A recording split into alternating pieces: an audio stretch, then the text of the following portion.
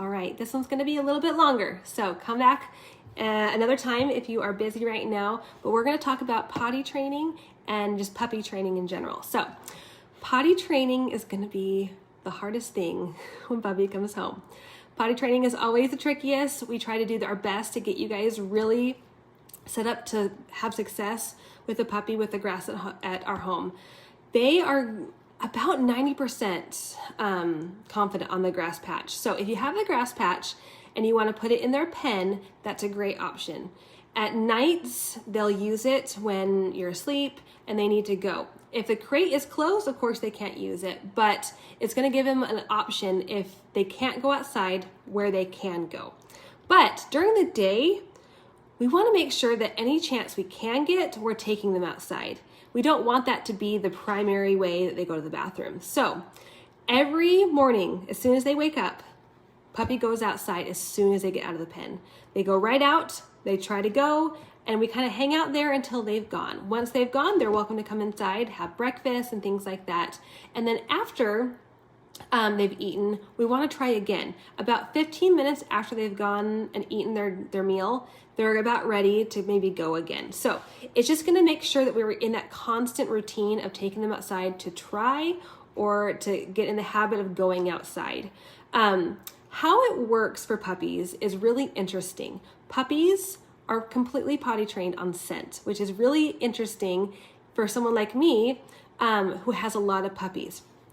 When I am trying to potty train our puppies, they are going to look for their scent or their littermate scent or another dog scent to know where they should go. They're smelling for an enzyme that's in their urine, and once they smell it, they instinctively know this is where I should be going. So that can be really helpful for me when I'm potty training them, is that if I can have one location where they can smell themselves, they'll go there. So that's why the grass patch works so great, is I have trained them that to find that scent, and it's the grass. And they have gotten used to the texture of grass and things like that. But it can also be a struggle for a family that maybe is bringing a puppy home, and if there is another dog that has had an accident in the house, or if the puppy himself has had an accident in the house, it can actually draw them to that location to go. So how we try to beat that is we take the puppy outside and give them the option to go in a different location before they even want to go somewhere else. Get that out and ready to go. But if they've had an accident in the house, making sure to clean it up properly so that they don't smell that enzyme is going to be a really big beneficial step in potty training. So you want to get a really good enzyme cleaner, not just a carpet cleaner, an enzyme cleaner that will remove those enzymes they're smelling for. And then just making sure that anytime puppy is out of the pen that we're watching. Puppies will, when they try to go to the bathroom, like drop their nose to the ground and start smelling for those enzymes. So if you all of a sudden see the puppy almost like in a search for something, scoop them up, take them outside to where they want to go. But you are able, because of that ability that they're smelling for those enzymes, to choose where they go to the bathroom. So if you're wanting them on rocks, if you're wanting them on grass, if you're wanting them on a cement pad, if you're wanting them on a grass patch outside, anything like that, you can use that to your advantage and get them used to smelling for those enzymes in a specific location. So it's really cool science, but we just need to make sure that we're using it to our benefit. So get on a schedule. Make sure that anytime puppy comes out of the pen, they're able to go outside. And then after eating, and then before they get to put in the pen to go to bed or down for a nap or to play, that they've had an access to a bathroom area. And then for the most part, it's just keeping that schedule going and making sure that they are not having accidents in the house. And if they are, that they're cleaned up properly. So, okay, that's potty training. Hopefully it's a smooth transition. It's just getting in that habit. Okay, now let's talk about actual like training, like sit, stay, roll over, things like that. That's of course the things that we want them to know. A lot of people want sit, stay, down, and things like that. So how we use training is we a lot of times do ours in the evening when they're super hungry and they haven't had dinner yet, and it's the time where they can almost get dinner along with training. We use what's called a clicker, and it just makes a sound when you push the button.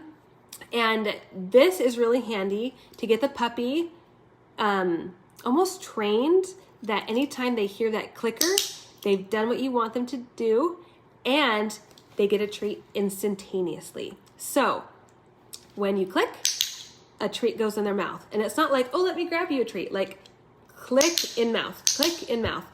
This is one of those things that they will learn to love it, and they will try to get you to click almost. So they'll come up to you and sit or lay down and things like that, knowing that you will click for what they want is the treat.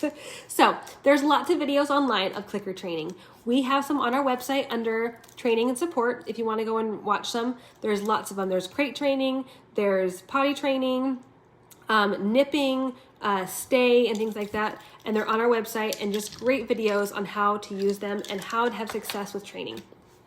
Now, there's a lot of options for treats when training, and we don't want to get treats that are not high quality. As much as sometimes they're super cheap and things like that, it can make puppy stomachs not settle well, sometimes diarrhea, and it can just be a bigger disaster. So what we like to do is we like to get these. They're called steward beef liver, and it really is just freeze-dried beef liver.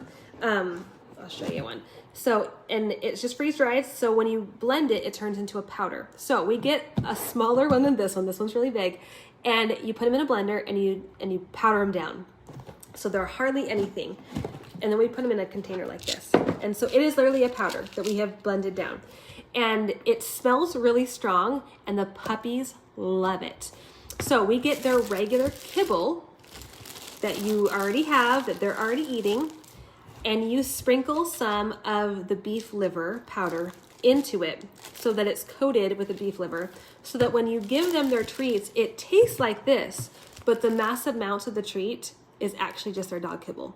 And it's really handy, and it's pretty much accessible if you have the beef liver, and they really do think it's a treat. So this is what we use, and it can be used anytime. This goes towards your daily intake. So if they're eating 3/4 of a cup a day, like this is pulled from that 3/4 of a cup to be used. This can also be used for other things other than training. Like if the puppy is just not interested in going in the crate, and you just are like, let me sprinkle some of these in there. And they love it and things like that. It can also be put in a Kong and put in their pen.